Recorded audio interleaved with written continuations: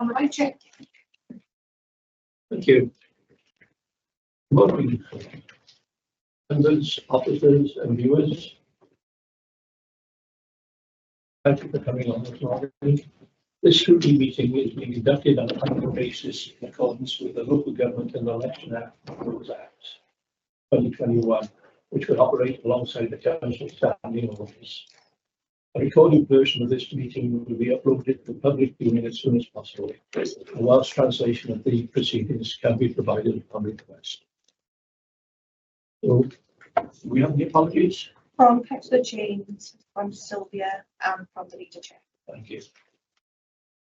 Any declarations of interest? No. I suppose we all got the declarations of interest in the second part, climate change. But Ms. McKim, are you going to introduce the first? I can do, Chair. Thank you. Morning, everyone. My colleagues here today, everyone knows recycling, and myself, Tracy, the Head of Service for Information Risk. Mark Lesard will take us through the report in a sec, and Sarah's Larry, who's secretary. Just a few things on the report before Mark takes us through. Sometimes with this report, we get to some questions that we can't fully answer because, obviously, because of the risks of the information in the public domain. So if we say that, then obviously we'll be having to follow up confidentially after the meeting. And in this report, it's unique really. A lot of councils don't produce this report publicly, but we think it's really important to set out those information. We've done so for many years, and we're as transparent as we can be without putting the council at risk, obviously. Also to mention, there have been a few changes since the report that Mark will also update on in his section. Thank you, Tracy. Okay, thank you very much. So I'll basically talk through kind of a bit of a highlights of the executive summary that's in the report, and then obviously we'll answer any questions as a result of that. The first section in there is about compliance and audits. So we're subject to various audits in various compliance regimes. The first one of those is called Public Services Network, so that allows us to connect to a central government system. We need to go through a process every year to get accreditation for that. So we were accredited in June 2024. In this report, we say that we're waiting for the submission response from the Cabinet Office. Subsequently, just sharing this document, we've actually been told that we've been successful in compliance. So we've now got compliance from June 25 to June 26. It won't be too much, but in terms of the position we're at, we actually had resolved all the issues that have been identified as part of the health check. So they were all resolved this time of submission, which is the first time we've done that. So that's a really good position to be in. And really it gives Cabinet Office much choice but to give us compliance because essentially we've resolved all the issues. So that's really positive. Lots of improvements in that space, including for the SRS. A bit more of a challenging piece is payment card industry standards. So that's for handling card payments for the organisation. So we're in the process of migrating to a new standard, which is version 4. That brings across more evidence base than we ever had to provide before. So that has been more challenging. We hope to achieve it by now. We've actually said we hope to achieve it by the end of June. That's pretty unlikely now to go. So we'll make it look more like the end of July. So that has been a challenge during the year. There's a new development in terms of what's called the cyber assessment framework, which essentially is a self-assessment by local authorities, and all the local authorities in Wales to go down that road. Basically, it is designed to look at various aspects of your kind of cyber preparedness and self-evaluate on where you're at and where you think the gaps might be. It's quite a lot of work to do that. It's quite a complicated set of documents to fill in. We've completed the first one, and there are 3 others to do. Just for openness in terms of this committee and this forum, we think we do pretty well across the board in our self-assessment, but we know there'll be things that we need to improve. I mean, it's all designed to help on the side of it. You never do too much, and again, the families will always kind of obviously people will see it. It's in the private sector and the public sector that are with a huge impact. So these things are really important. In terms of the ICO, which is the regulator for this space, the Information Commissioner's Office, less likely to find organisations than they used to. They changed their approach somewhat. But again, just to mention in this report, police service in Northern Ireland were ultimately fined £750,000 for a very serious breach, obviously in the Ireland space, the security dimension. That's about as secure, that's about as serious as it gets. So it just shows you that those fines are there. So the ICO is less inclined to the sector. In terms of our ongoing kind of activities, obviously we come here to report on activities, but that work really is managed strategically by the Information Governance Group that we've referenced before, which we, as the chair, Tracy, myself, Tarek, and various other representatives on the group. So that's a key group for the organisation. Again, that is to hold to account and see what we can do better. Quickly go through the kind of communications and awareness raising piece. Individuals are often the weakest link when it comes to these kind of issues. You can click a link, they'll send an email to the wrong person, etc. So a key part of our kind of preparation is to try and train as many staff as we can. So here's some headlines: the corporate training numbers are the highest they've been. Numbers for schools, we have a service level agreement with primary schools and a number of secondary schools. So the attendance there is the highest that's ever been. The social services training numbers have improved from last year. We also do some e-learning on kind of GDPR. Again, the highest figures we've had for that, so that's positive.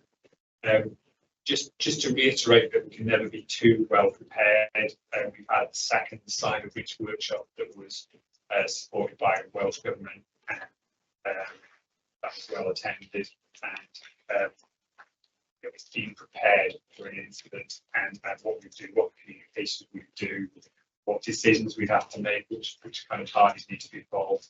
Really, it's very few from NCC, but few from SOS as well.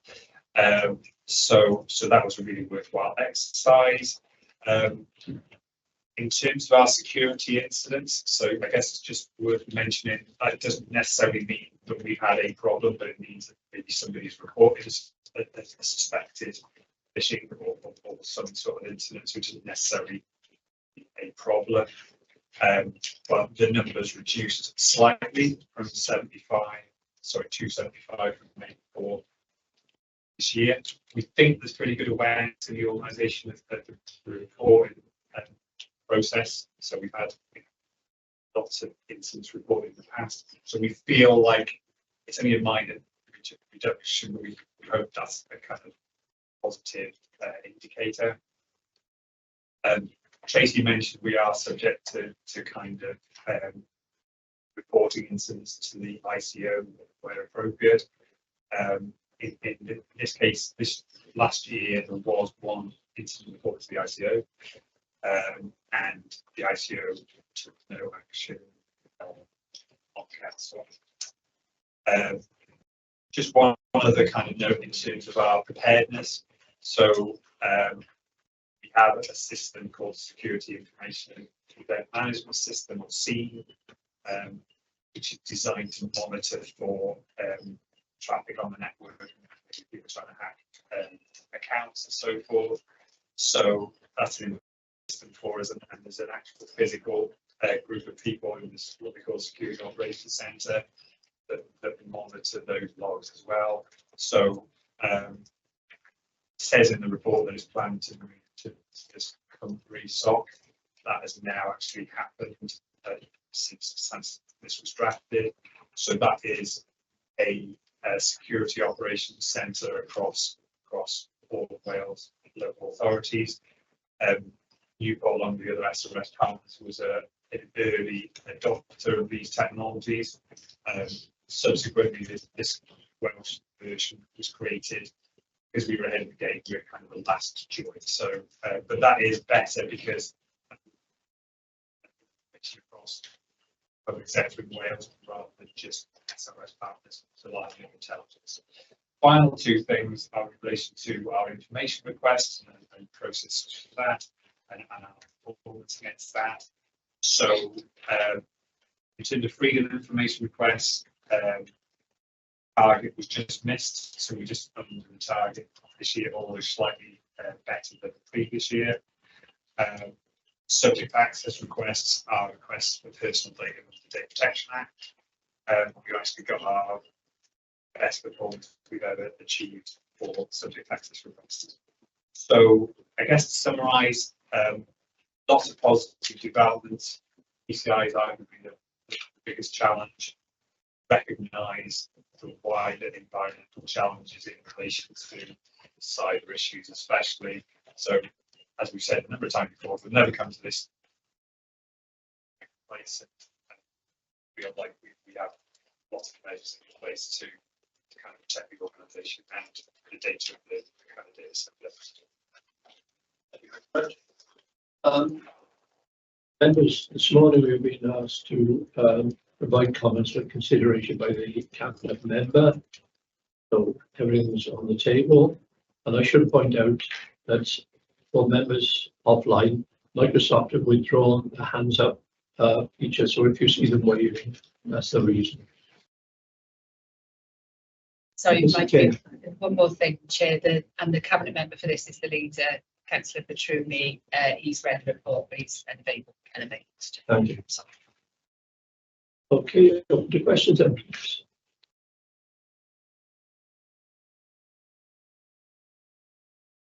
No one? I was going to let them show very key beforehand. So. Councillor Reynolds. Thank you, Chair. I was doing the same. I was being polite and letting somebody else go first, but I'll kick off. I mean, first of all, thanks for the report itself. I've got a couple of questions, but maybe I'll just start with a couple and then sort of pass the floor over to somebody else. But the first question I wanted to ask was regarding training. Obviously, the numbers have been improving, which is great to see. But I just wondered what sort of follow-up is taken with either employees or members that don't attend the training. Is there an argument maybe for making this training mandatory because it's so important? And the other question I wanted to ask as well is what you see as the biggest sort of potential weaknesses or risks for the council. I suspect you're going to say people, to be honest, because I think it's people that click on links they shouldn't click on and share email addresses and send data to places they shouldn't without maybe getting permission, this sort of thing. So I just wonder what steps are taken to mitigate those risks just beyond the initial training that people have. Is there anything sort of more ongoing than just the training? Thank you, Chair. Excuse me. Thank you, Councillor. Would you like to take this one, Mr. Cole, on the accountability when we come back to the technical? In other words, what would you do if members or members of staff don't attend the training? I think Tracy we were talking about. I'll talk broadly. Tracy talked about the head of HR could talk about the staff bit of it. We have got a series of mandatory training modules in place for staff. This is one of them. The people are actively chased up on it, through the line managers and to ensure they do it. I think the numbers are pretty good. Mark for compliance to that. It's over a 3-year period of time, so we're not expecting everybody to do it every year. You know, it's a time to build it. Mark can talk about the measures that also follow that side of it. Obviously, we push through democratic services with members. This isn't the only bit of training we would recommend to members. I think I've sat in on sessions that most members have attended around your role as data controllers, because you have data associated with your constituents in your case that you're dealing with. It's, you know, it is really important for all members to ensure that they are compliant with that. And also from an organisational point of view, you are potential gateways into the organisation and data. And once you haven't got access to any of our critical systems, you are on our email system, so it is really important that you also do that. And that's a matter then for group leaders and to ensure that they groups are compliant with that training. But I'll hand over to Tracy more about the staff side, because there are things that are in place. Yeah, it is a good question, and there's some inherent problems in mandatory training, isn't there? Because everyone can turn up, you've got to really take it in, but it is mandatory currently. I know in this committee it's been raised before that systems are a bit, should I call them clunky? And one of the problems of that, I know members don't love the training, the front end of it, we're changing that system, as you know. But one of the other problems of that is it doesn't feed very well into the staff training record. So sometimes it'll show us the person has not attended and they have, and then they get chased. And this, that is a bit cumbersome. So that system is all being reviewed this year. So our record keeping will be much better. So that when we're chasing people, they are the right people. They haven't attended training. It's also a management responsibility to ensure your staff have training, and managers can see from this year, through our performance management system, they can see how their team, so not just my service, individual teams can see what proportion of their staff have done this training, the mandatory training, also safeguarding and other training. And so managers are therefore responsible and now have the data to help them chase that. There's always improvements to be made. And we also follow up explicitly when there's an issue. So where something's gone wrong, then we would expect that team to do training sometimes if that's identified. So yeah, there are improvements to be made, but we're quite rigorous in the way we You okay with that, Councillor Reynolds? Yeah, thanks, Tracy. I mean, the only comment I've got, to be honest, is, and I'm glad to hear the training is mandatory. I thought it was, to be honest, but the reason I had my doubts is because if it's mandatory, I would have expected those figures to be a lot closer to 100%, simply because it is mandatory. But I mean, Tracy's just given an explanation as to some of the reasons why maybe some of the figures are a little bit lower. I mean, they're still very good, obviously. So yeah, thanks for that explanation, Tracy. Appreciate that. Thank you, Chair. Thank you. I think the second part, Councillor Reynolds, was about kind of the weak links and kind of our sort of wider preparedness. As you suggested, employees tend to be the weakest link. So as we kind of mentioned in the report, there's loads of technical measures in place that will help to protect us in terms of firewalls and spam filters and numerous other pieces of encryption, all sorts of technical kind of measures in place.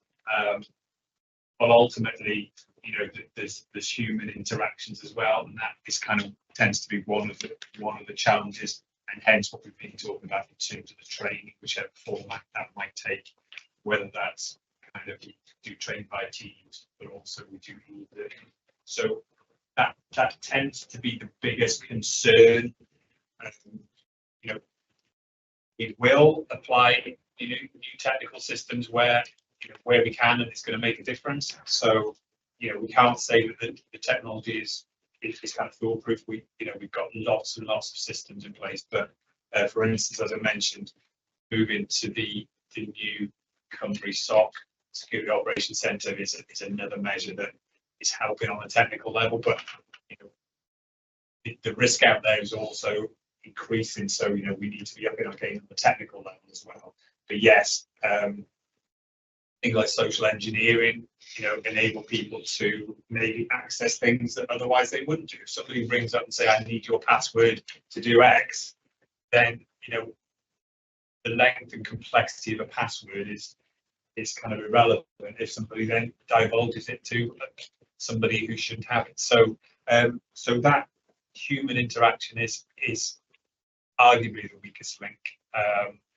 And I guess just to complement the other training pieces, we have a solution called Meta Compliance, which again enables us to push out like small bits of content. So it will say, right, here's some good practice on working from home. or here's some do's and don'ts on another subject area, what to do about emails and avoiding phishing, wrong recipient, etc. So that's another technical solution that kind of builds on our capability, but ultimately, individuals are, I would suggest, as you would say. Councillor. Thanks for that. I mean, the only thought I've got is there any? I'm sure this is already being thought of anyway, but is there a role for AI maybe to? I'm not suggesting for 1 minute the sort of Big Brother type scenario where everything is being monitored. I'm not suggesting that, but is there a role maybe for AI to pick up? You mentioned about maybe somebody giving it a password, so that could be sort of detected in some way, and a warning flashed up. Are you sure you want to do this? This sort of, I don't know whether that's technically possible or is it feasible. Has it already been thought of? Fine. Yeah, thanks, Councillor. It's a variation on AI, I guess, but we're always using new technology to kind of find those things out. So an example of what we use meta compliance for is phishing exercises where people will get emails. You may have had them yourself where it says click on this link and it's suspicious, but we're testing there. We're using the technology to see if you will click on the link and you will put your password in. And then if you do, you are then directed to some advice and training, which is not to call anyone out, but to help everybody learn. So we maximise that technology. AI is newer and we'll start to overlay onto that, I would say, and some more, I'm going to call it intuitive methods, I'm sure will come in. But so we progress as far as we can, but we're always looking at new things. Yes, I agree. Okay. Next question then.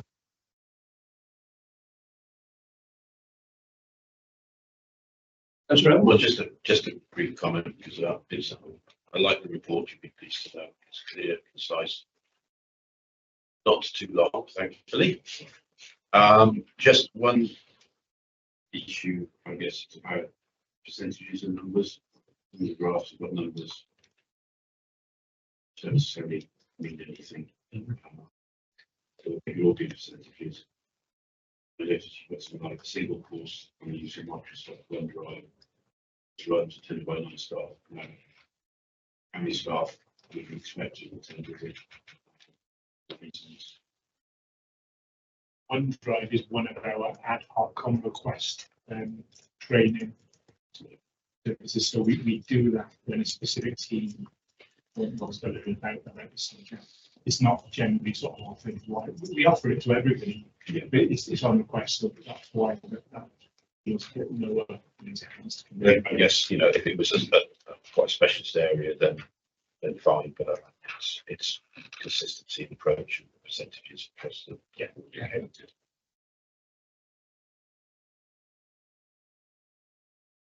No one else? I think Councillor Linton raised his hand just like that. Please, Councillor Linton, yes.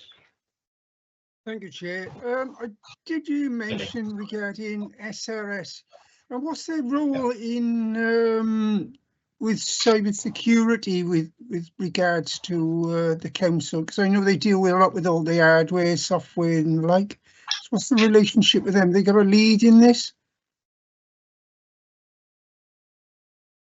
Thank you for the question. I guess there's a complementary role, if you like. So in a sense, we are myself, a small team. We are kind of obviously council employees. We are looking at sort of preventative measures, the information governance kind of piece, if you like, and the roles of the information governance group and various other kind of roles we've got in information risk management policy that kind of detail all those. In terms of the SRS obviously has various roles that have to do technical things to protect us. So that we're looking after firewalls and looking after antivirus and so forth. So it's very much a joint effort. The SRS also has a kind of smallish security team, which kind of complements the work that Tarek, myself, and the team do. that would tend to be at a slightly more technical level, and that, I think that's where the when it becomes into a more technical level rather than a governance process level, that's where the SRS kind of forms its function. Like I said, there are numerous roles in the SRS that will need to consider security as part of their day-to-day work, and as I said, it's very much a joint effort between the council and the SRS. Just to come on. Okay, thank you. Another question. Sorry, Councillor Linden, can I just come in on that point, please? Yeah. But overall, the responsibility lies with the council. However, you subdivide your efforts, you can't externalise responsibility. Absolutely. In terms of the data we are holding, we are registered with the ICO as holding that data, and we're protecting that on behalf of the organisation. And technically, SRS would be known as a data processor because they're assisting us with that kind of responsibility. But yes, absolutely, the responsibility lies with the council. Thank you. Councillor Linton, sorry. Yeah, sorry, it's just because I watched a TV programme recently where one of the councils in England had a cyber attack and it set them back years, and everybody had to get involved and try and rescue the council's IT system and everything. So I'm just wondering if it's cyber attack that size happened, it set us back a few years, I would imagine. And what have we got to help and assistance from the Welsh Assembly or central government to help to fund that? Thanks, Councillor. It's a really important question, and we've all seen that very, very big companies with very big resources in the press recently, and how that set them back too. So none of us can be complacent. A cyber attack, if successful, is very, very significant, has a huge impact. So, I don't want to be complacent at all about that. What controls and support have we got in place? So we do work with the SRS on cyber, of course. We, in Newport City Council, have a number of cyber simulations. Literally, we're in a workshop and we are attacked, and how do we respond? And within that, we include the comms team, the business continuity team, and civil contingencies, other managers, because that would affect everybody. The chief legal officer, senior leaders, IT people. So we do that collectively so that we've worked it through and we're match fit, as it were, if that happened. If it happened, it'd be very challenging. We also have a new, this year in the report, the cyber assessment framework is relatively new from WLGA, where they are putting together a kind of readiness. How ready are we? And we self-assess. We're still working through the success of that. We've only just done our first submission. We don't know how we compare against others, but that is a national resource starting to look at cyber security also. But cyber security is very much not just a tech thing. It's an everybody thing, and the response to it and the recovery would be dependent on that. And also on our emergency plans, our business continuity, both IT and the systems. What would we do if we have no computers? All of that. So very significant impact. I feel that we're doing all we can and working with all of the partners we can, but there's always more to do when something new is learned about that every day, I guess. Yeah, I think the only other point to mention, I guess, is we have got quite a bit of diversity in terms of where our kind of key systems are managed. So most of our key systems are now in the cloud, and they're in various different cloud environments. So in the past, our infrastructure would have been pretty much all in this building, and if we'd had a problem, as we have had a number of years ago, then potentially that would have affected everything. Now we've got that kind of diversity where, again, these suppliers are putting in place really strong kind of measures to protect all their customers' environments. We have different systems, but different IT systems, different kind of locations, replications.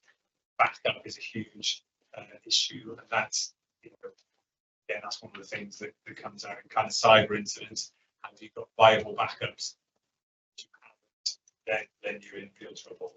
So yeah, we have a kind of diversity in that kind of way systems are.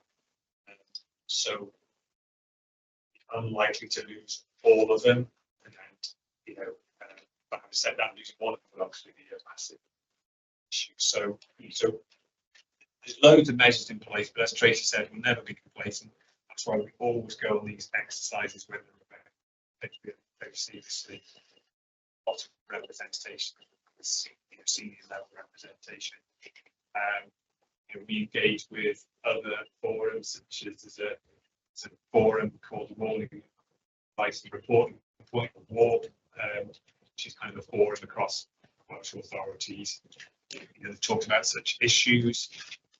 Get relationships with people like the National Cyber Security Centre, actually key relationship with SRS. So lots of work done to prepare for such incidents and issues. That's really our mitigation, and part of that is coming here to have kind of scrutiny in terms of our arrangements in this kind of public forum as well. You content, Councillor Right, Linton? thank you. Thank you for that. Yeah. Councillor Davis, did you have your hand up? Yeah, you touched on it slightly with regards to the cloud. Want to know if you had any idea of the percentage of the council's priority systems are now cloud-based, and what benefits have you observed from it? It's difficult to give an actual percentage in terms of, because we've got lots of small systems, but in terms of the priority systems, something like sort of 70 to 75% of our major systems are in the cloud. So in terms of the benefits we've had a number of benefits. This was involved in one of our earlier migrations, which is the MHRI Trent system. At that time, we were, we didn't know for sure whether that would be beneficial or not. I think all those who've been involved in that similar kind of migrations would say that there are a number of benefits.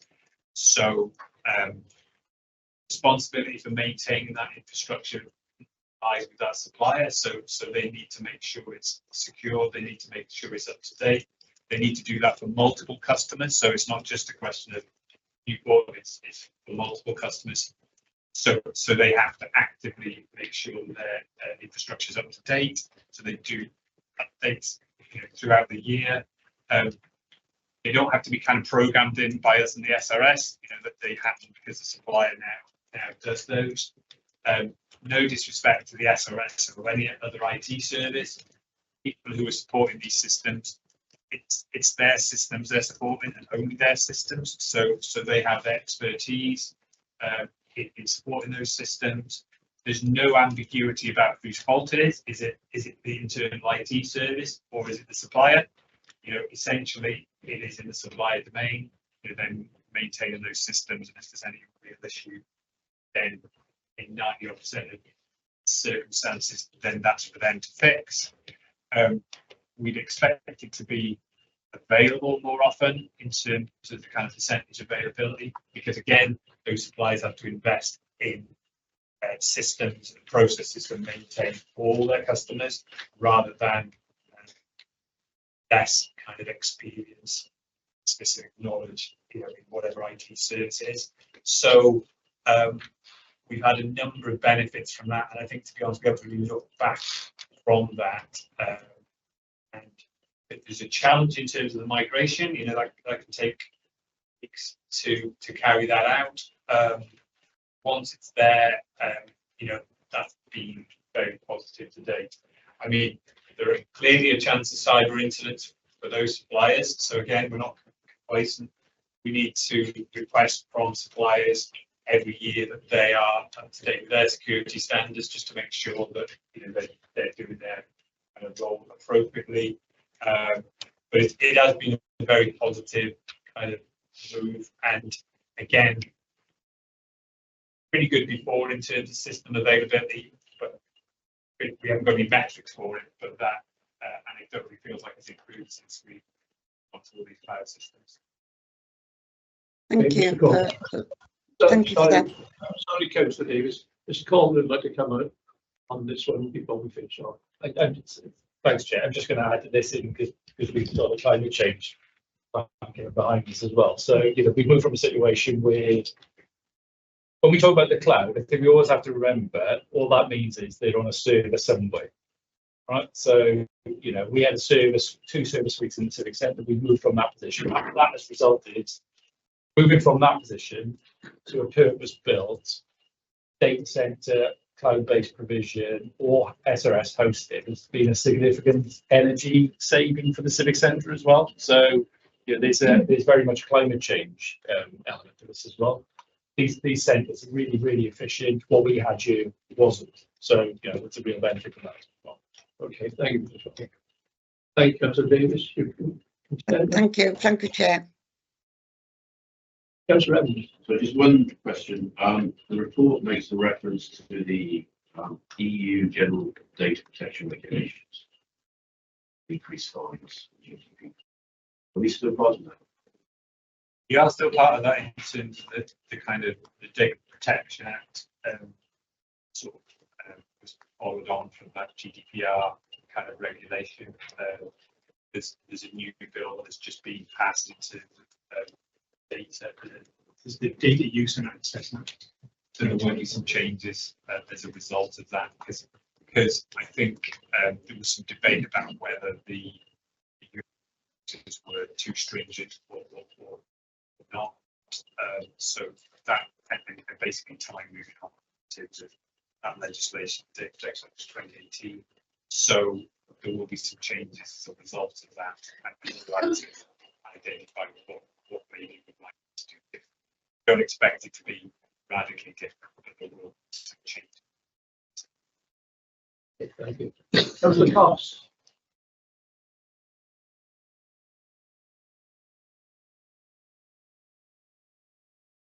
Councillor Cox, did you have a question? No. Oh, sorry, you. Well, I did actually. I had a number of questions, but I think they've all been covered during the course of the meeting. Okay. At a more humdrum level, our schools. I noticed that the primary schools are all covered by GDPR, and we've signed an agreement with all of them. But some of the secondary schools haven't come on board with this. I think I'm going back to schools. I said a humdrum. I didn't say it was. We offer a service level agreement. Schools essentially are their own data controllers, so they're responsible for the data they hold and how they process it and so forth. We offer a service level agreement to schools. Initially, that was all primary schools. I think we now have 3 secondary schools. I think potentially we might have another one. It is entirely their choice as to whether they feel they wish to be supported by the kind of corporate centre, by the team. Obviously, we are more than happy to do that, and we encourage schools, but ultimately it's their choice.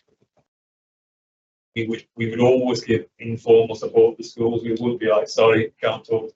But obviously we I love the support to those so that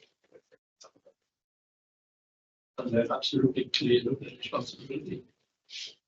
Yeah, can I just add to that? We do meet with those schools that aren't part of the SLA, as do SRS, because they tend to be non-SRS schools.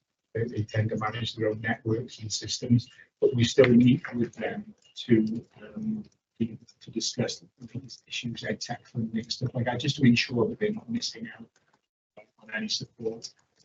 But as Mark said, clearly those who pay into the SLA will support fully, but we still don't forget those. And obviously the education service provides guidance as well at kind of high level with schools, and that will happen across all schools too. But yeah, we do encourage schools that we. Oh, that's very interesting. I didn't know that some could opt out with the SRS agreement. Thank you for that. Do we have any other questions? No one? Okay, thank you very much. Would you like to stay while we just compile our recommendation? It seems that the only one recommendation we've got is to improve training. The only recommendation I've had which here is recommending the graphs to consistently use percentages. I can certainly note about training members want to. But clunky training. Yeah, I think what would members like to recommend regarding that? That's good. Sorry, Trip. I think from, if I pick up from what Councillor Evans was saying, it's a consistency with the graphs, but it's also we need to do some contextualisation about the data as well. So, like for instance, that training course for 9 people, why was it only 9 people? So I think that was also in that, Sam. And I think the training bit was, I think Councillor Reynolds said he would have expected more. So I think we are changing the system, so it's going to be better.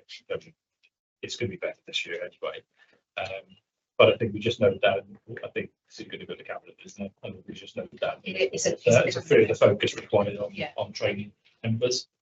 We can also pick that up. We can amend that in our forward actions as well within the report, because the report obviously says it's over forward actions. Thank you very much.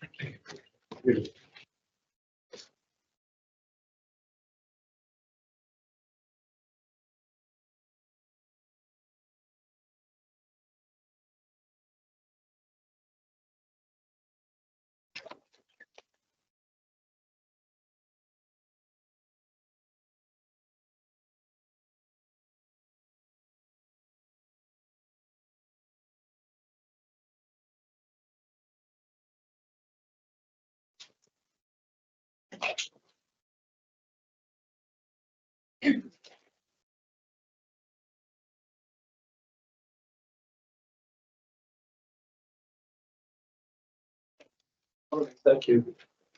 We've now moved on to the climate change plan annual reports. We've got the cabinet member responsible, Councillor Forsey. I'm going to open it up, or are we going to ask Mr. Jones to open it? I'll just make a couple of comments. Everyone, please. Yeah. Okay. The first comment I wanted to make was about the picture that we've got on the front of the report, actually, because it's not just there as a pretty picture. It's there as sort of an explanation or a reminder to why we're doing this work. So the picture is the average temperature over the last, I think, 100 years. And if it's blue, it's below average. And if it's red, it's above average. So that just gives you a very quick visualization of the trend. And it also, the flag that we used in the flag raising event that we had a few weeks ago. I think our flag has been superseded by another flag this week, but it's a sort of visual reminder, and I think that's kind of like quite important to, just have that reminder to what we're doing it. I'm just going to pick out a couple of my favourite pages in this report, if that's okay. So on page 21 of the report, I don't know if it is in the pack, we've got the number of trees planted and the number of trees felled and the number of trees planted. And you can see for the last year that there is there, 23-24, we felled 1,232 trees. And all of those trees would have been felled for a very good reason, such as ash dieback or the tree being dead or dangerous in some way. And we never fell any tree without good reason. But then the number of trees planted is 22,000. So I think that's a really good indication of the level of planting going on. I was just going to comment also on the leisure centre, which is on page 21, and how we're doing. The leisure centre building is in progress with a low carbon build and low carbon operation. Another example is page 31, waste savers, we're working with local organisations to reduce our carbon footprint as well. And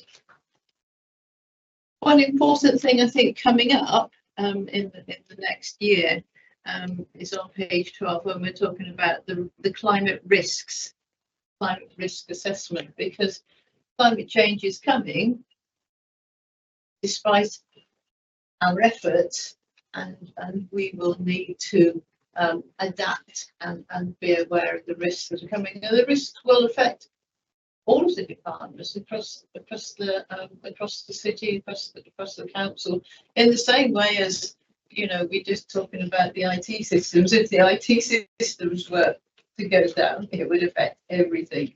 But the climate risks are coming, and that is going to affect everything from highways to social services. Okay, Yeah, I'll just add a little to that. Obviously, the report the comment on. There's a lot of work been done by quite a small team over the last year. Really pleased to see the progress. You'll see that, you know, nothing's green. There's a few reds and stuff, and sort of open about we're not making progress, but giving a detailed run by run, some really positive to that. 27 businesses that we were able to support to help with the carbon. So that's all. You know, that's not just helping the environmental objectives. That's saving costs. We all know the energy costs of businesses are quite considerable at the moment. So real positive for that. Electrification of our fleet. So the council has the highest level of electrification of any Welsh council, which we're again pleased about in terms of progress, but also in terms of the fact that our fuel bills. We're in the difficult challenging fleet now because and all that sort of light vans and cars and stuff that's relatively easy. We're in the big beasts now, really consume stuff. So there's challenges with that, but also the investment into our building stock. You'll know from previous reports that we've got a backlog in the maintenance of our buildings, but actually this is an area where we've been able to track significant grants. In fact, last year the team was able to track around about 20% of all the grants in this space across Wales in the report, so it's really positive. But you know, over 6 million of that went into schools to help upgrade their boilers, solar panels, and reduce their lighting. All these things help the school backlog maintenance and reduce operating costs. So you know, there's other additional benefits outside the pure climate stuff that we're trying to monitor today. But I'd say that both the head of service, Sylvia, and she's on leave, so I know somewhere. Ross is on leave having a baby, but we have got Laura with us as our technical expert. So when we go into any detail, we'll sort of look at Laura. So yeah. Do you want to put an input now, Ms. Waldron, or are you going to wait for the questions? Happy to wait for questions. Just one thing to note, which is the same as the report that we brought last year. Unfortunately, we're not in a position yet to be able to confirm the full carbon emissions for the year. That data is sort of coming in at the moment and takes longer in some areas than others. So it's usually around mid-August that we have those full figures. So they're unfortunately not available in this report, but will be available for the versions that go to Cabinet and Council later in the year. Thank you. Questions then, please. Councillor Adams? Yeah, a few comments. I did find the report quite weighted, but a layperson's point of view, and I'm not convinced that we necessarily need all these graphs because they don't mean anything to a layperson like me. I'm sure they do to you, and maybe a sort of simpler version for elected members might be helpful. You mentioned about a lot of things not quite available yet, so that's been answered. Ironically, I think the executive summary was a paragraph. Perhaps that should have been enlarged. Some of the graphs potentially removed, because I'm just reading this paragraph here. As a result of new procurement process, NCC, well, delays were able to input NCC's carbon calculator with specific carbon emissions. True global warming impact of their delivered service was 197 197-697 kg CO2e reduction of blah blah blah when compared to SIC code reporting. Captain, but might know what that means. But so there are a number of graphs in here which perhaps we could remove. The other thing was about consistency. Sorry, so it's been explained to me now, so I don't need to mention that. We make reference to staff commuting. I think it's on page 58. So I've got the PDF version, much slightly different. Also, I can move to page 58.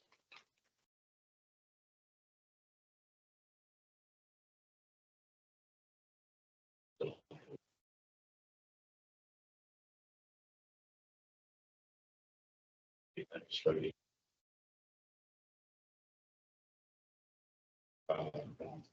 And targets, so reducing commuting by single-use petrol, diesel, car.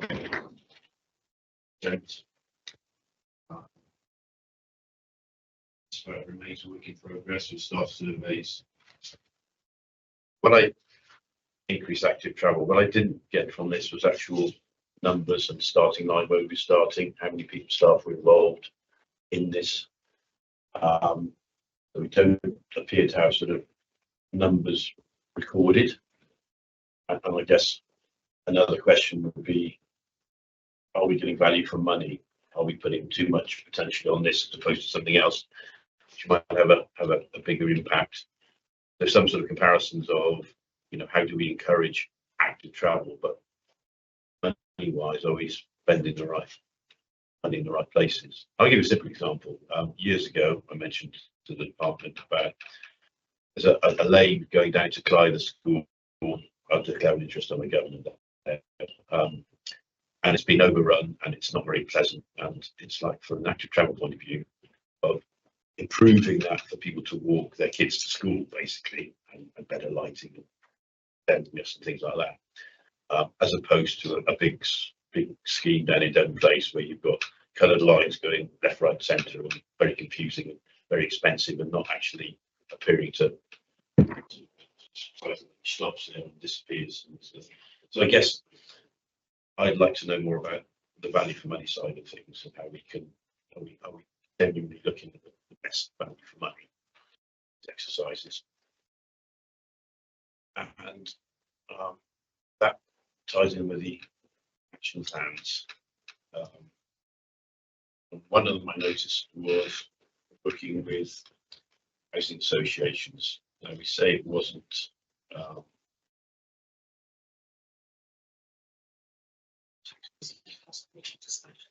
sorry. Yeah, we've got working with housing associations to continue to increase recycling rates, which would be a great scheme. But they said they didn't have any money for doing it, and it was classed as, that's right, yeah, so it's on page 63. Trial work with housing associations to incentivise increased recycling rates for households. Great idea. No progress due to lack of resourcing, and housing associations will engage in the new financial year. Can I come in just on that one? Because working with housing associations, they're changing the frequency of bin collections now, in some wards anyway. And they're going to 3 weekly bin collections, where they used to have weekly bin collections.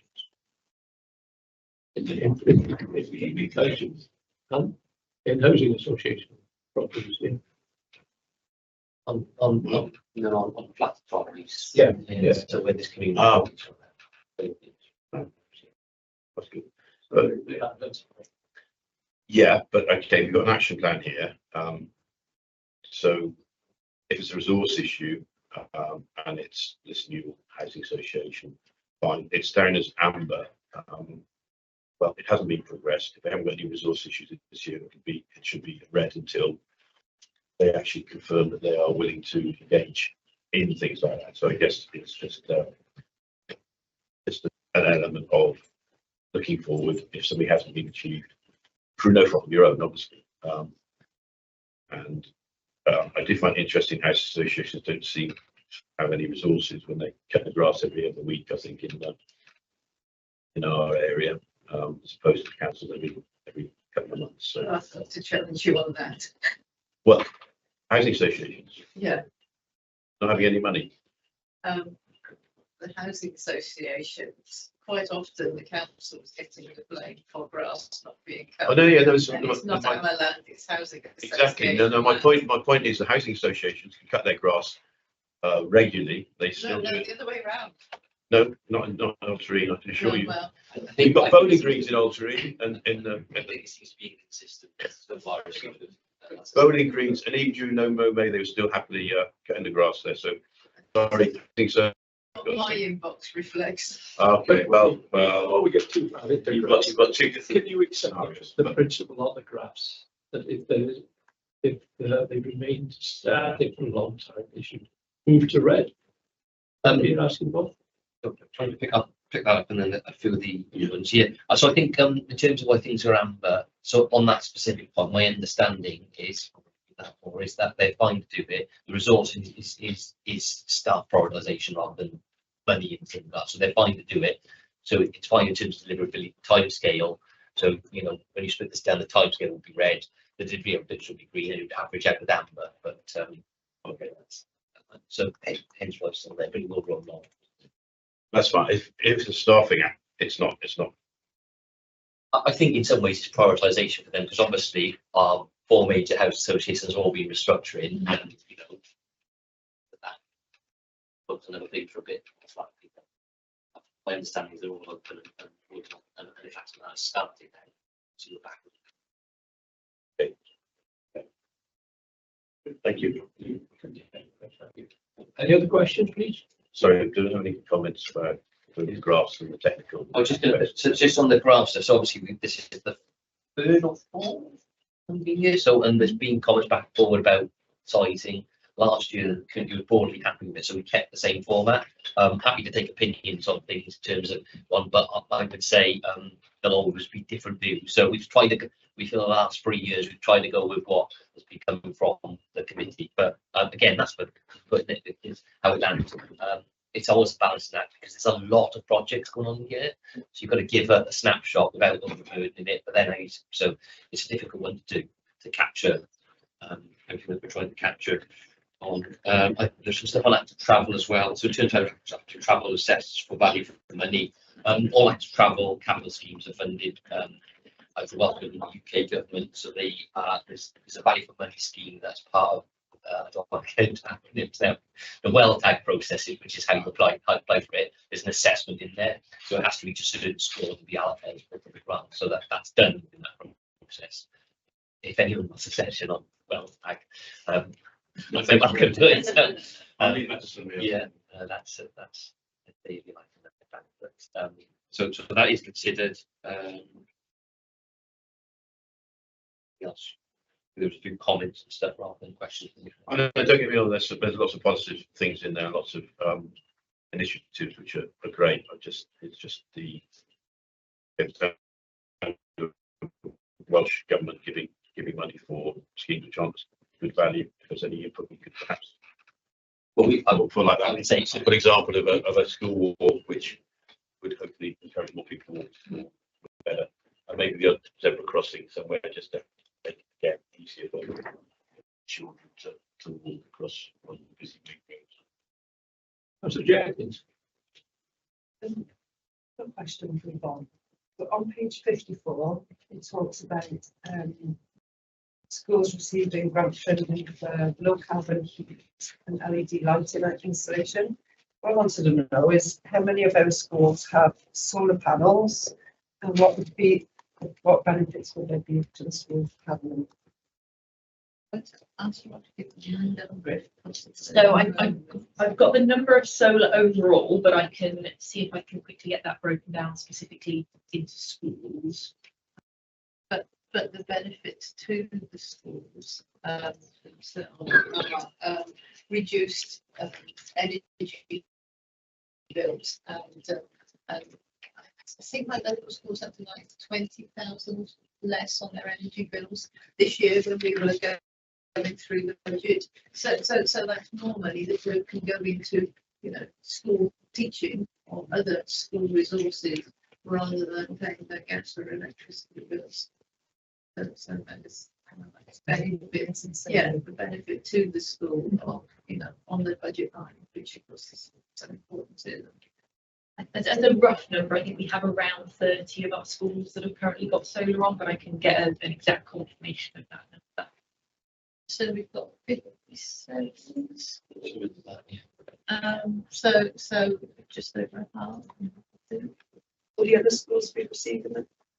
So there's a piece of work ongoing at the moment assessing across our entire estate, not just schools, but all of the buildings that we have to see where is suitable for solar, because our ambition is that everywhere that can have solar installed on their roof should have solar installed on the roof, so that those sort of surveys are ongoing at the moment to identify where places are suitable. Obviously, not all schools are, partly because of issues of sort of shading and the sort of size and the orientation of the roof, but also if there are structural issues with the roof that would mean that solar panels couldn't be put on, we need to obviously get those resolved before we can do any installation.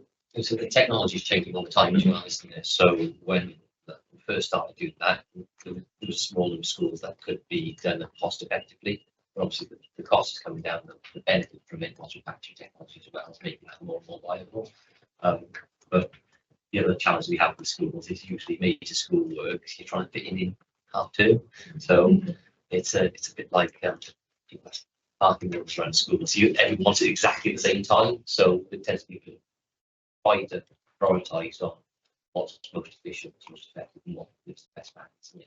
But obviously, you know, a number of the schools could be renovated and changed as well. So trying to time that. Yeah, so there's been a big new school building program. All the new schools now have solar panels and installation. So is that going forward? That's going to be what every building will be like. Yeah, so our expectation is that going forward, every new build that we build will have solar included as part of the installation. So we're not going to go back and retrofit. That's just being built in from the beginning. And certainly for schools, the funding that we get from Welsh Government is contingent on kind of having those decarbonisation measures in place at the point of construction. Councillor Cox, you want the same point or different question? Thank you. This piece of work, I mean, arguably, this report is covering an area of the council's work which is probably more important than any other in some respects, because what we're talking about is the whole future of the planet that we live on. And I'm not suggesting for a moment that Newport alone is going to save the planet, but as a major public entity, I strongly believe that Newport has got a very heavy responsibility to play its part, and that seems to me this is what this report is all about. And that I'm sort of picking up in a way from where Councillor Evans's comments that in terms of the resources we put into the work around the environment. I mean, there are some people, please, I'm not suggesting this is Councillor Evans for one moment, but I mean, there are some people and who are now running councils around England who believe all of this is a total waste of time and have stripped all the money out of it and are spending it elsewhere. But what I think is, if this is a really major important element of the council's work, that I think Councillor Evans is right, that we've got to make sure that what we put in there, the resources we put in there, are used properly and effectively. And what that brings me around to the sort of question I want to ask, really, that because this area is such an important part of the council's work, that there is really a major obligation on us to ensure that what we're putting in there is being used effectively. That I think there's a general pattern, is there not, on some of the graphs in the report? I mean, on carbon reduction through procurement or vehicles, etc. That there initially was quite a steep fall in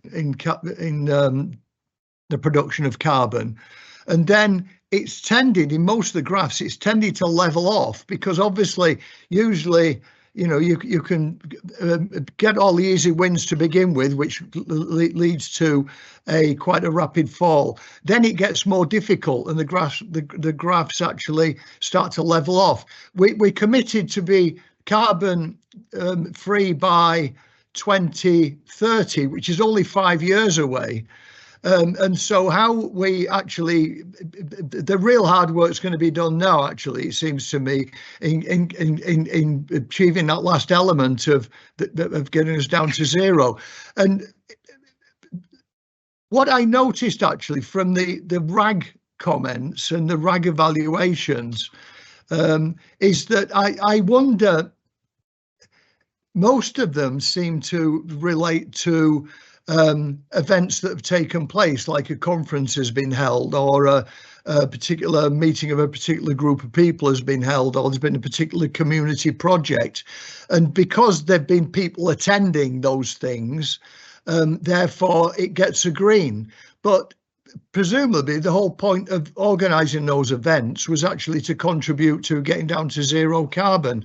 And I just wonder if there is some way in our evaluation of the RAG evaluation, we can actually sharpen that up and start to draw some conclusions about which of those events really are reducing the use of carbon in Newport, because presumably those are the ones we should be concentrating on more effectively. I mean, it's all very good planting trees, and I'm a massive proponent of planting trees.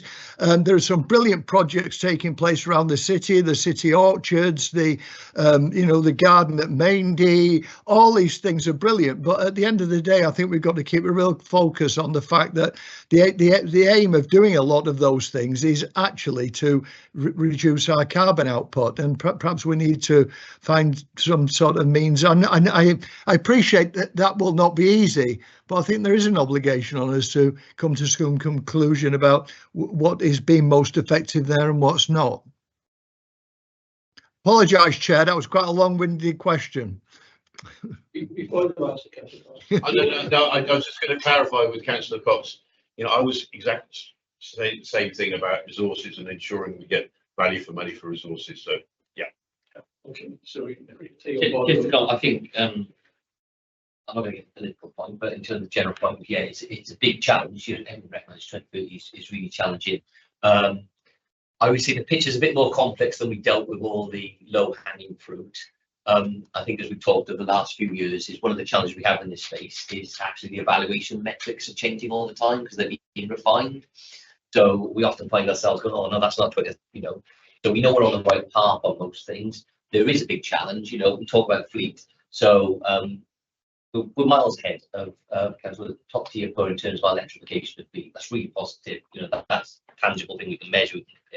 We say that, but we've done all the the light vans and cars are quite relatively easy in that respect, and that general public electric vehicles. The challenge we've got for the big beast is that actually, and there's one on there about so when we haul things between Newport and Cardiff, actually some of those vehicles don't even exist yet.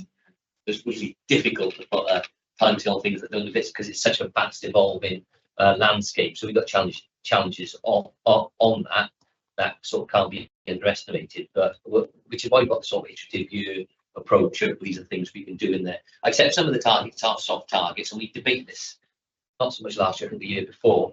And we said we still want to have some of the soft targets as in because the council's got a wider role in terms of not just delivering for ourselves, but also as setting the tone for elsewhere. So we will have targets around conferences and the like. I think it's definitely worthwhile as understanding how effective they've been, and we're trying to do that. But there's core underlying targets of how can we get all the fleet electric, how can we get all the buildings with solar powered or insulated to the highest standards so they're not consuming any carbon emissions, etc. Those are all on the chart. There's other underlying issues that aren't directly in our control. So the vehicles switch off, and most vehicle manufacturers now have stopped investing in standard vehicles and sort of switching But for those specialist vehicles, they will be right at the end because there's a lower return on investment. And you know, things like decarbonising the national grid. Obviously, there's national plans for that. We can only go so far in terms that's where we'll all use electricity. We've got to make sure we consume as least as possible and that we make that as efficient and effective as possible. But it's a massive challenge. Does that answer your question, Councillor Cost? Yeah, thank you very much. Can I just ask a very quick question? When we plant trees, is there some kind of offset there? Is there a carbon offset? Does that contribute to our carbon calculation? Yes, there are calculations that are used for land of different types. So obviously, if you've just got grassland, that has a certain kind of carbon capture potential. If you've got sort of trees, that changes. So yeah, where we are planting trees, that is having a direct, albeit kind of, you know, relatively small in the grand scheme of things, impact on the amount of CO2 that we're offsetting through our land assets. And the county farms project that started last year and will be continuing this year is going to be a really important project for that, because there's obviously we're quite space limited and land limited as an urban authority, but some of those tenanted farms that we have offer us a real opportunity to massively increase the offsetting that we're doing through our land assets. Okay. Councillor Harris, sorry,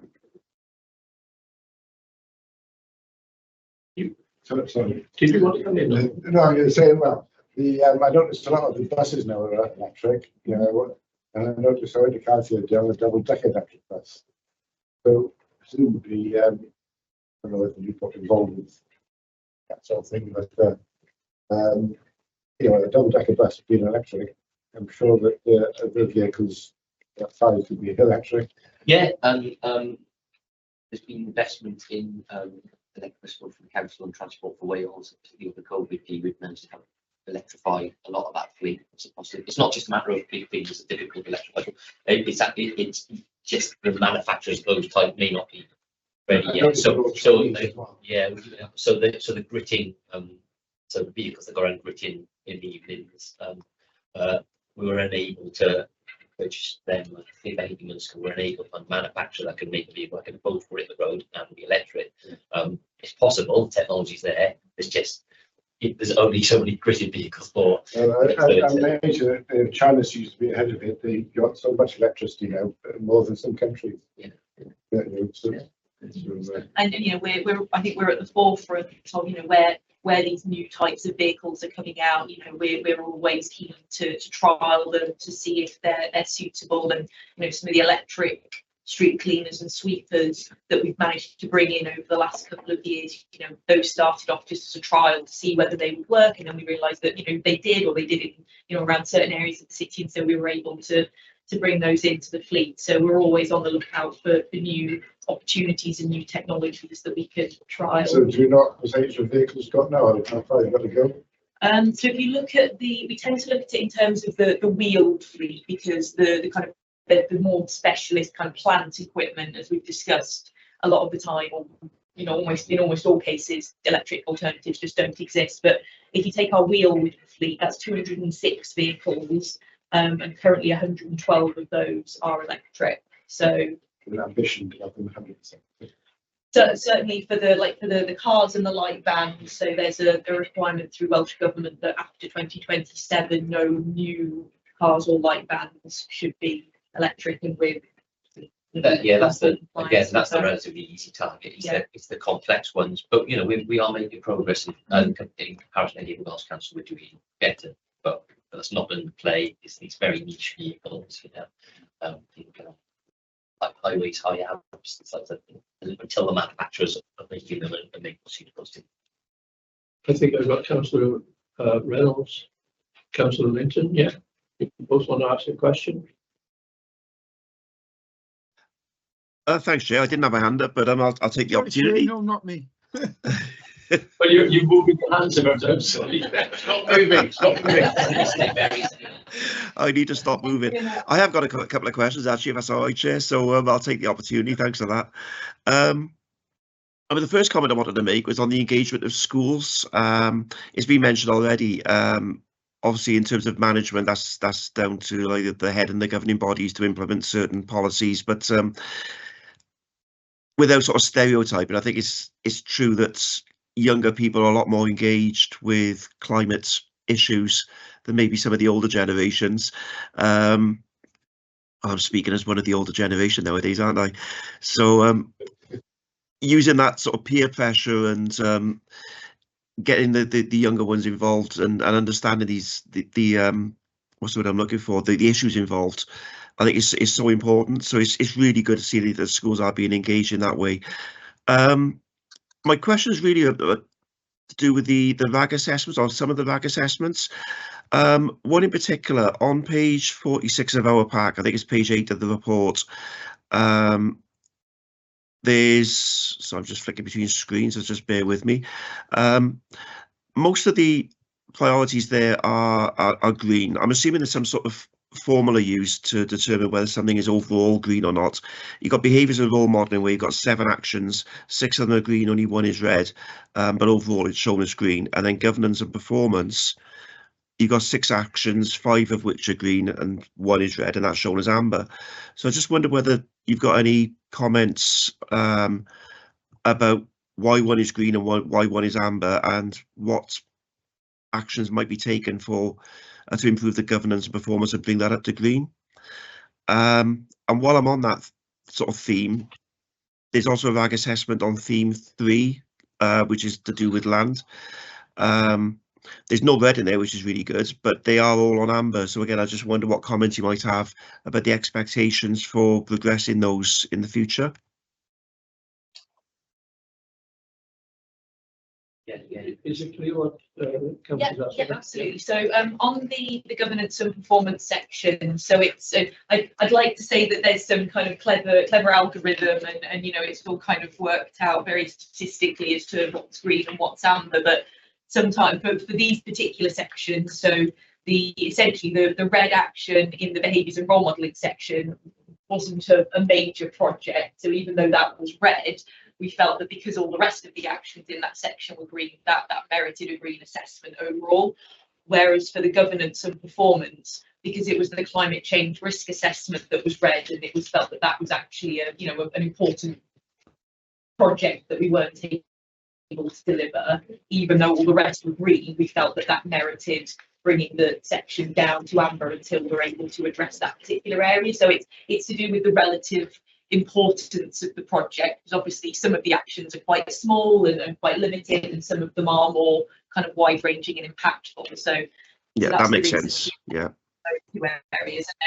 And on the land section, that has been a challenging area for us this year, and to be honest, the main underlying factor for a lot of these areas is about trying to create this accurate land ownership database. We have a lot of problems with the sort of getting a view of, you know, which part the boundaries are, because there are often inconsistencies between the data that's held by Norse, what's showing on our GIS systems, and kind of what our sort of legal team have got on sort of deeds and things like that. So that there's a massive piece of work that began this year, wasn't able to be completed, and will be ongoing next year to kind of draw that all together so that we actually have an accurate picture of what we own. And once we have that, then we'll be able to do a lot more, hopefully, in terms of, you know, tree planting, green infrastructure, biodiversity enhancement, and looking at a lot of those areas. But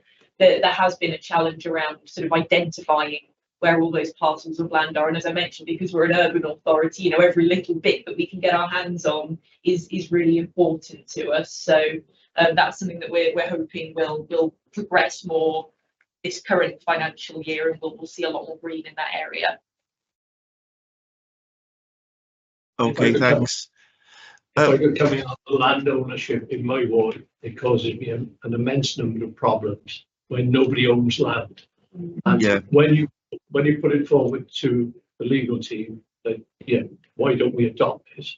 The answer comes back, because it would cost us money, even though the land itself doesn't cost any money. Nobody's claiming it. They're unwilling to take on it, any liabilities. So it's something that really needs to be addressed in another place. Well, I have to say, Chair, just coming back on something that the Councillor Forsey said earlier, it is, I think, a general issue that quite often is the council does get blamed for issues that arise from land that's either owned by housing associations or by community councils, and it's not always unadopted, and it's not necessarily council lands, but of course people just see Newport as being the responsibility of the council.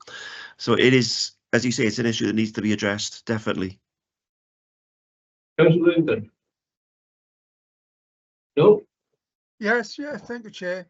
I just want to make a note that I know all the decrease in carbonisation, you put in solar panels, and appreciate it in England on the hub over there.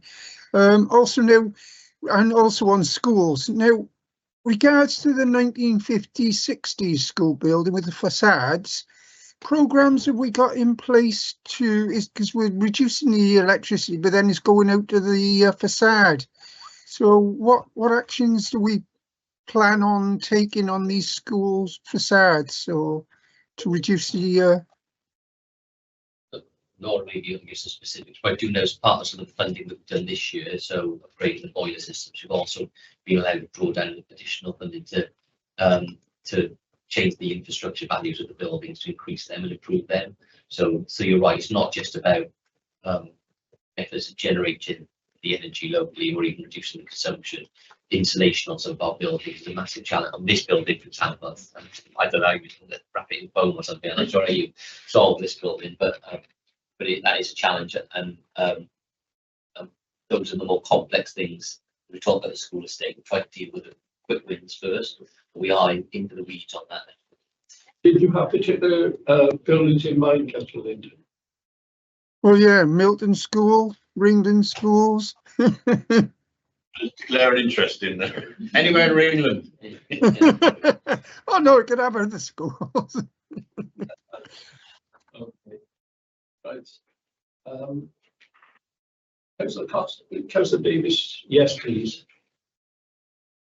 I was just wondering with regards to schools wanting solar panels, does that come out of their budget or do they get funding for that? The council's responsible for the schools that they maintain. There are assets, we own them. So yeah, the vast majority, certainly the funding we're attracting is actually, it's 10% council funding, 9% grant funding, Also loan funding through. Yeah. So the school obviously pays the energy bill, but it doesn't pay the infrastructure. Councillor Cost, did you want to come back? No? Okay. Thank you. Well, this morning we've been asked to look at. Of course, Councillor. Yeah, it was just talking about the elephant in the room in the civic centre here. This is a matter of interest. Should you decide to have something like solar panels, would CADO be obstructive or something like that? Have you had any discussions with? I think there's been some discussions. I think there's a challenge in this buildings. One of the projects, which I'm going to detail you, which is a light project we're working on, is for buildings like this. Local heat networks seem to be much more appropriate, and for other buildings in the city centre, because there's a lot of buildings listed that you won't think is listed, and you look at those are listed, and they are. But also just the fabric of the buildings won't work. But so we are currently working on plans for how we can put in a local heat network. This is one of the prime areas, isn't it, city centre? Yeah. Both because we reckon we've got some public buildings, but also there's some benefit to a lot of the businesses to help invest in the city centre. Yeah, and as Councillor Linton said, you can't. It's all very well you sticking this infrastructure in, but if the building fabric isn't suitable, then it's not appropriate. And certainly, heat pumps would not be appropriate for the civic centre in its current state.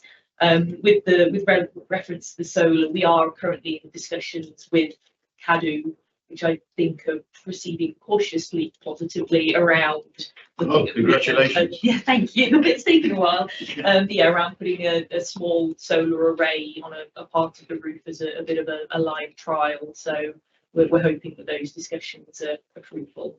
Because I guess, you know, it would be ironic if one Welsh government setting one target and then somebody saying, no, you can't do that because we're not. It is a challenge here. I know, thank you. And remember, solar panels don't have to go on roofs.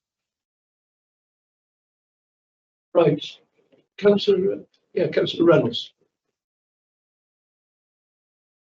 Thanks, Chair. Just one very quick question, if I can, on EV chargers. Obviously, they've been springing up around the city, and that there's the numbers are increasing, which is great.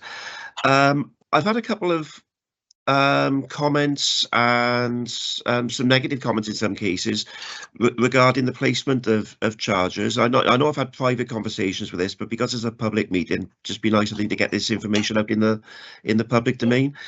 Are you able to make any comments about how the areas for, especially the lamppost chargers, the locations for those, how they're selected, and also the consultation that takes place between elected members and also the residents that might be affected by those locations? So in terms of how we select those locations, there are a number of things that we take into account. Obviously, the primary consideration is targeting areas which have low levels of off-street parking. So that's obviously the primary motivation for putting the chargers in those areas. We're also looking at areas that have got appropriately sized footways, because obviously we appreciate that accessibility is really important. So we need to make sure that we're providing kind of an adequate kind of level of sort of access behind any infrastructure we put in, to make sure that people with pushchairs and wheelchairs and mobility issues are still able to use the pavement safely. We do also respond to resident requests, so those are starting to come in more and more frequently. I'd say certainly over the last 6 months, we're seeing a big increase in the number of active requests that we're getting from residents for EV charging. To answer the question around consultation, so this is a difficult area, because obviously while we appreciate that the public kind of wants to be consulted on these things, and in a lot of cases should be consulted, but it's difficult for us to manage the volume of consultation that would be required if we were going through a full process for every single charger we put in. So what's being agreed internally, and what we've sort of tweaked in light of the projects that we've been putting in recently. So where a charger is being installed, where we are planning to restrict access to the parking and make it EV only, those sites undergo a full public consultation. So members are consulted and the public are consulted either directly through the TRO process, or in most cases where we're able to, we do a sort of a pre-consultation before the TRO process to make sure that we're not putting infrastructure in areas that would cause kind of accessibility issues for people. And where we're putting those sites and where we are marking the bays, we are very careful that we never put those directly in front of people's houses. So we're never restricting parking access outside of somebody's front door, because we're very sensitive to the fact that people like to be able to park outside their house and have a reasonable expectation that they should be able to do so. Yeah. With the lamppost columns that we've been installing and the chargers linked to those, the advantage of those sites is that they are significantly cheaper than the standard chargers that we've been putting in. And because obviously there are lampposts all over the city, we have a lot more options to where we can install. So whereas with the standard chargers, the view was, well, actually there are fewer of those, so it makes sense to restrict access, because we want to make sure that those are accessible to people who want them to charge their vehicle, rather than just being parked in by a petrol or diesel vehicle. With the lighting column chargers, we're taking a slightly different approach, where because there are more of them, there are often multiple on the same street, there are a lot more across the city, we're not restricting parking. And so because of that then opens up being able to put them in locations that we wouldn't ordinarily consider, i.e. outside people's houses. Now, we're not, at no point now or in the future are we planning to restrict the parking access for those sites. And the view that was taken internally was that because of the number of these sites we're installing, it wouldn't be feasible to do full consultation for those sites. And actually, because we're not planning to restrict the parking, there isn't a need to do that. Now, a lesson we've learned from the sites that we've been installing up to this point is, yes, we don't need to do a public consultation, but what we will be doing for any sites that we install in the future of this nature is just writing to residents to advise them that this infrastructure is going in and to assure them that it's not going to be restricting their parking in any way, because we've had a number of sort of residents write in and kind of express concern over the infrastructure that's going in. But at the point where we reassure them that we're not planning to impact the parking, to change parking restrictions, whether that's kind of free parking or permit parking, they're content with that. The concern people have is obviously the infrastructure that we've been installing previously was being restricted. They assume infrastructure that we were putting in would have those same restrictions put in place. So we will be writing to people sort of who live near the charges that are going to be putting in, just to assure them that we're, this infrastructure is going in. It's, it's there for, people who either currently own electric vehicles or as they sort of buy them in the next few years. But at no point are we planning to restrict the parking and make it EV only. So just as we got as a local authority is obviously there's lots of private charging popping up, and you go to garages now, you see the converted, and that's fine, and that helps people when they were charged. But obviously that's more expensive. The issue that we've got to address is we've got quite a large percentage of terraced housing with no off-street parking. It's great for me. I drove my drive, I charge my car at my house, once or twice a week, and I'm paying peanuts to charge it. Whereas if you live in a terrace house, you haven't got to drive for no fault of your own. You're then either you're having with expensive private charging, or you can't get localized charging. So, over the next 5 years, as electric vehicles are phased out, we'll have this shift. So, in the terraced areas, the local, connected to lighting columns will be pretty much ubiquitous. You have as many as you have, because everybody lives there. They won't be having diesels in this time. So we've got to account for that. So it then becomes we're on this phase where we're moving for a big charge electric vehicle is quite a niche thing where you have it to you figure out provide for the general public. So it's trying to help them. But the challenge is we've got to try and get bits of this done now in advance of it, because it won't come. So in 5 or 6 years' time, as I think it was 25% of vehicles bought now are electric, but that'll be accelerating. Obviously, we've got to get ahead of that because we won't be able to retrofit all of these at the same time. But you're sort of a little bit ahead of the curve, but then you've got to deal with the issues of that. But I would say, yeah, I've noticed requests for why I can't park my electric car outside my house, why there's no charge for this. That is what's increasing. Yeah, I'm glad you raised that. Thanks. It's something I don't know what position the council's in to be able to lobby for changes to this, but of course, the biggest problem is, as you said, if you can charge your car at home, then you're paying domestic rates. If you have to use the public ones, then you're paying 20% VAT on top of that, and it's usually the people who can least afford it that are affected by that.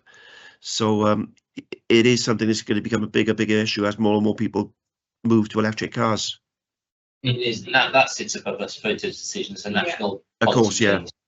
I think it's well understood here, as you say. All we can do is try and help local people who live in heavy terraced houses over the next. And it's going to take more than 5 years to. Yeah, and certainly when we procure for those solutions, we make sure that we are prioritising companies that are able to offer the lowest rates to residents. So with the lamppost charging, we made sure that we were heavily weighting the final cost to the consumer in our evaluation procedure, and also giving high weighting to companies that were able to offer cheaper overnight rates, because we know that for the majority of people, that's when they're going to be using the chargers, is parking up at the end of the day and plugging in overnight, like people do domestically.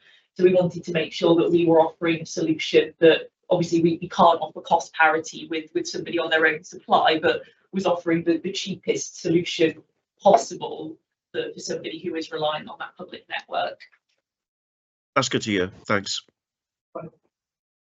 I'm aware you want to talk to us, but is there anybody else online now who wants to come in on this? Because I can see hands moving about and no.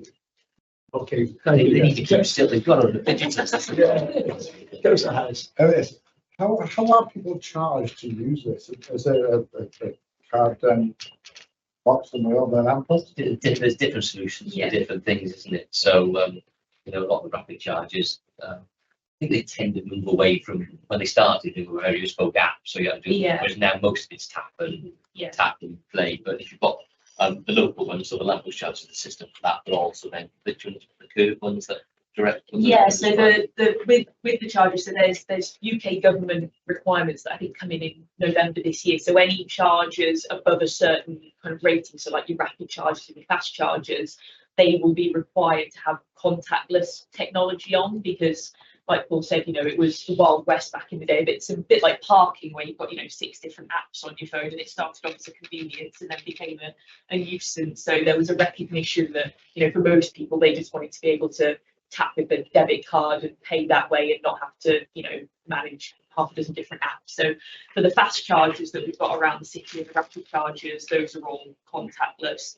But for the that charge, because they're lower rated and they're sort of physically they're smaller as well, they don't have those the contactless technology on. But the view we took with that was that because the use case for those is going to be residents parking overnight, regular users, that it wasn't so onerous for them to have an app on their phone that they manage the payments through. And there's also the issue as well that when you have a contactless unit on anything, there's a cost you pay for that, regardless of how much or how little it's used. There's not only a cost for each transaction, but there's also a cost each year for the unit itself. So again, in the interest of trying to keep those costs as low as possible, we felt that that wasn't a priority to have the contactless units on the lamppost charges. Okay, Councillor Evans. It was just a point of information really for people who may or may not be aware that the Newport Council was one of the first councils in the UK to trial hydrogen-powered council vehicles. That was a long time ago. This is Betamax and the VHS scenario, and we went for the hydrogen-powered option many years ago, I think that was. And there's been a sort of long debate on that over the years, but I suppose the battery electronic technology has taken sway, and there's certain instances where hydrogen may still be useful, but it's you know, if you're looking at the big manufacturers, because we talk about the niche vehicles, they're converting their sites to be able to make electric vehicles. One of the advantages is and that technology improvement. There's always new things coming out. You know, that we talk about charging is almost as soon as we install chargers, the technology changes, and you know, there'll probably be wireless charging cars in the future. And we do with our my phone never wireless charges. I put it on the wireless charger and nothing happens, and we'll probably be doing similar to that in cars. Hydrogen tends to go down, but I understand JCB are making vehicles now that are hydrogen based. Right. And it may get some of that niche plants may make it more suitable. Yeah, Because obviously red diesel. Yeah. Okay, so have we got an understanding of what these guys are trying to do for us? Yeah, so that's a picture. One more comment. Of course. Wrap up. Just one thing that we haven't really touched on this morning is kind of like cheaper running costs for EV vehicles, but also air quality. You know, what you know, what a help it is to our air quality, and John had mentioned buses. Newport bus, are they about 80% electric? Yeah, something like that. So you know, we remember smoky old buses going around the town. That's a thing in the past, isn't it? It's quite an experience because they're very quiet when they stop, and you don't hear an engine noise or anything like that. Right? But in all seriousness, you know, just the bus and when we've done our refuse fleet, our other council fleet, we've targeted where we can, as far as possible, brands in PQ, M&As, and as you know, those are successful at improving and we're compliance. And that's actually having a tangible impact, because the frequent pollutant buses, big heavy council kit really contribute to legal people. It's now elsewhere in the city, so that they are a tangible benefit to bring us in. Yeah, we've gone from 11 AQMAs to 5 over the last couple of years, which is Yeah, so it's kind of like really beneficial for everybody's health, particularly children's health, isn't it, to have that cleaner air. So I just wanted to make sure we mentioned that. And of course, through you, Chair, once we get down to the low pollution levels, we'll be able to increase the speed limit back to 70 miles an hour on the motorway. Thank you, Matt. Comments. Just That's not the council. The upset speed limits on the motorway. No, I know. Oh, God. So the committee understands that you'll be talking to us again next year, and obviously you'll be talking to us on the same themes. And it's very difficult to make the report different every year, but we would like to see some sort of executive summary. I think that very quickly tells us, yeah, we're going in the right direction. If you can maybe have a look at it. yeah, absolutely. Yeah, so there will be an executive summary as part of the main report, but obviously it's difficult to do that in the absence of Yeah, of the course. figures. And what we say to other people who come before us, we're more than happy to see links in reports. If we can get the bulk of the report, as soon as possible. No, have we got any recommendations on a climate change plan annual reports, Yeah. other than what I've just said? Do you want me to read to just what I've got? If you would, please. So I've got the committee recommended a simplified version of the report tailored for lay people. Me.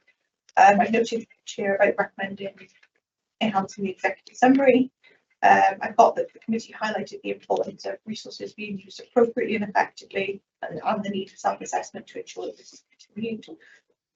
And I've got the request for the number of schools for solar as well. Is there anything the committee want to add or amend? No, pretty all content. Well, thank you very much for coming on this morning. Thank you. Thank you.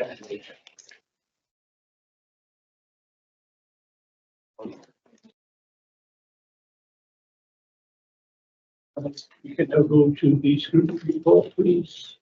Over to you, Samantha. Thank you. Chair, just before we start, sorry to interrupt. I don't know whether you got the chats visible in the room, but Councillor Linton did send apologies a few minutes ago. He's had to leave the meeting.